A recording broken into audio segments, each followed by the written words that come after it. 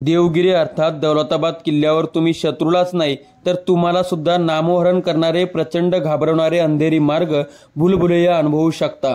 ज्या खंदकात रक्तपिपासू मगरी जहरीले साप असायचे ते खंदक आजही जसेच्या तसे आहे, ज्यामध्ये चुकून जर कुणी गेलं तर मृत्यूशिवाय पर्याय नाही हे खंदक तुम्ही बघू शकता। सरस्वती विहीर तुम्ही बघू शकता। भारत मातेचं मंदिर बघितलं तर वास्तुशिल्पकलेचं प्रदर्शन भरलेलं दिसतं, इतकं अप्रतिम कोरीव काम आहे। हा किल्ला जिंकता येणं अशक्य आहे। तो कसा? त्याचबरोबर हाती तलाव, चिनी महाल, चांद मिनार आणि सर्वात महत्त्वाचं आकर्षण म्हणजे उंचीवर ठेवलेल्या उंच सप्तधातूच्या तोफा, हे सर्व आपण बघणार आहोत। आणि हा व्हिडिओ बघितल्यानंतर तुमची पहिली ट्रिप ही दौलताबादची तुम्ही काढाल यात मला काहीच शंका नाही। नमस्कार, मी ज्ञानेश्वर खरात पाटील। आपण बघतोय देवगिरी अर्थात दौलताबादचा किल्ला। राष्ट्रकूट राज्यातील श्री वल्लभ याने 756 ते 772 या काळात हा किल्ला बांधला। किल्ल्याचा डोंगर 600 फूट उंच व त्याभोवती 50 फूट रुंदीचा पाण्याचा खंदक आहे। डोंगरावर शंकर पार्वतीचं मंदिर होतं म्हणून डोंगराचे नाव देवगिरी आणि देवगिरी डोंगरात किल्ला कोरला म्हणून किल्ल्याचं नाव देवगिरी ठेवण्यात आलं। पूर्वीच्या औरंगाबाद आणि आताच्या छत्रपती संभाजीनगर शहरापासून अवघ्या 17 किलोमीटर अंतरावर देवगिरी किल्ला आहे। या किल्ल्यावर आतापर्यंत अल्लाउद्दीन खिलजी, तुगलक, बहमनी, मोगल, मराठे, आसफजाई इत्यादी शासकांनी सत्ता गाजवली आणि प्रत्येकाने या देवगिरीच्या सौंदर्यात त्या ठिकाणी भर टाकली आणि भक्कमपणात सुद्धा भर टाकली। आपण जसजसे आत जातो तसतसे अनेक प्रवेशद्वार आपल्याला लागतात। त्यानंतर येते ती सरस्वती बारव। ही बारव दगडांनी घडवून तयार केलेली आहे। बारवेच्या तळापर्यंत पोहोचण्याकरता पायऱ्या आहेत। पूर्वी एका जलाशयाद्वारे यात पाणी सोडले जात असे, परंतु सध्या यामध्ये भूमिगत झरे व पावसाचे पाणी जमा होते। पूर्वी किल्ल्यामध्ये या बारवेचा उपयोग सार्वजनिक वापरासाठी केला जात असे। त्यानंतर लागतो तो हत्ती तलाव। या हत्ती तलावाची लांबी 38 मीटर, रुंदी 38 मीटर आणि खोली 66 मीटर आहे। एकूण 10,000 घनमीटर पाणी साठवण्याची क्षमता या हौदात आहे। या हौदाच्या आकारावरून संपूर्ण किल्ल्याच्या पाण्याची व्यवस्था इथून होत असेल असं वाटते। भारत माता मंदिर आता आपण बघतोय। भारत माता मंदिर या किल्ल्यातील सर्वात प्राचीन संरचनांपैकी एक आहे। ही इमारत स्थापत्य कलेच्या दृष्टीने खूपच संतुलित आणि सुव्यवस्थित निर्माण केलेली आहे। वरती घुमट व मनोरे सुद्धा दिसतात, त्यामुळे मशिदीच्या मध्ये याचं रूपांतर त्या ठिकाणी झालेलं आपल्याला बघायला मिळतं। मंदिराचे मशिदीमध्ये रूपांतर कुतुबुद्दीन मुबारक खिलजी याने केलं होतं। स्वातंत्र्यानंतर येथे भारत मातेची स्थापना करण्यात आली, तेव्हापासून हे भारत माता मंदिर म्हणून ओळखलं जातं। बाहेर प्रचंड ऊन असताना हे मंदिर एसी लावल्यागत थंड आहे। बघितले तर अजूबा आहे, अजूबा। माणसांनी आणि त्यांच्या हातांनी हे निर्माण केलेले आहे यावर विश्वास बसत नाही। त्यानंतर दिसतंय तुम्हाला चांद मिनार। चांद मिनार हा उंच मनोरा अल-उद्दीन बहमनी अहमद शाह द्वितीय द्वारा निर्मित फारसी वास्तुकलेचं एक उत्कृष्ट उदाहरण आहे। 1445 मध्ये गुजरातच्या विजयाच्या स्मरणार्थ याचे निर्माण केले होते। जमिनीपासून याची उंची 70 मीटर इतकी आहे। त्यानंतर तुम्हाला या किल्ल्यामध्ये तोप संग्रहालय, त्यानंतर हेमाडपंथी मंदिर हे तुम्ही प्रत्यक्ष येऊन अनुभवू शकता।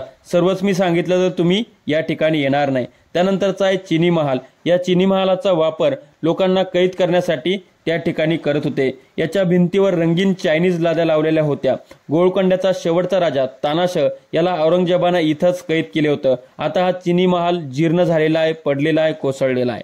त्यानंतर सर्वात महत्त्वाची गोष्ट म्हणजे मेंढा तोप। या तोपेचा आकार मेंढीच्या तोंडासारखा आहे, तुम्ही बघू शकता स्क्रीनवर, म्हणून याला मेंढा तोप असे म्हणतात। सप्तधातूने ही तोप तयार केलेली असावी। हिच्याकडे बघून वाटते की ही तोप चौफेर फिरवता येईल असे वाटते। हा बुरुज ही तोप ठेवण्यासाठीच बनवण्यात आलेला आहे।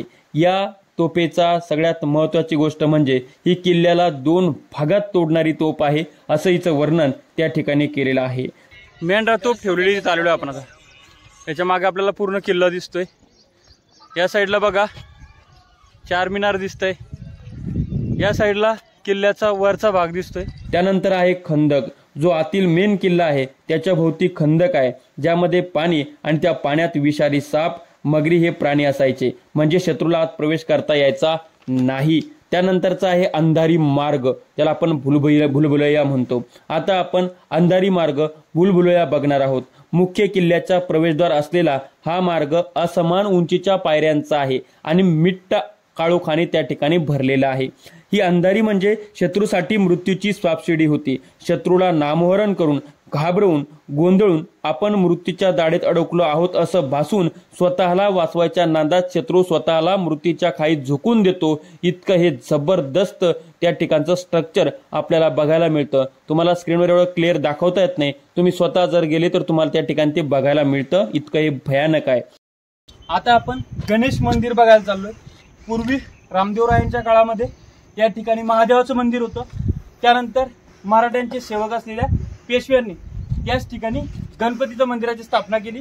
ते गणेश मंदिर आपण बघायला चाललोय.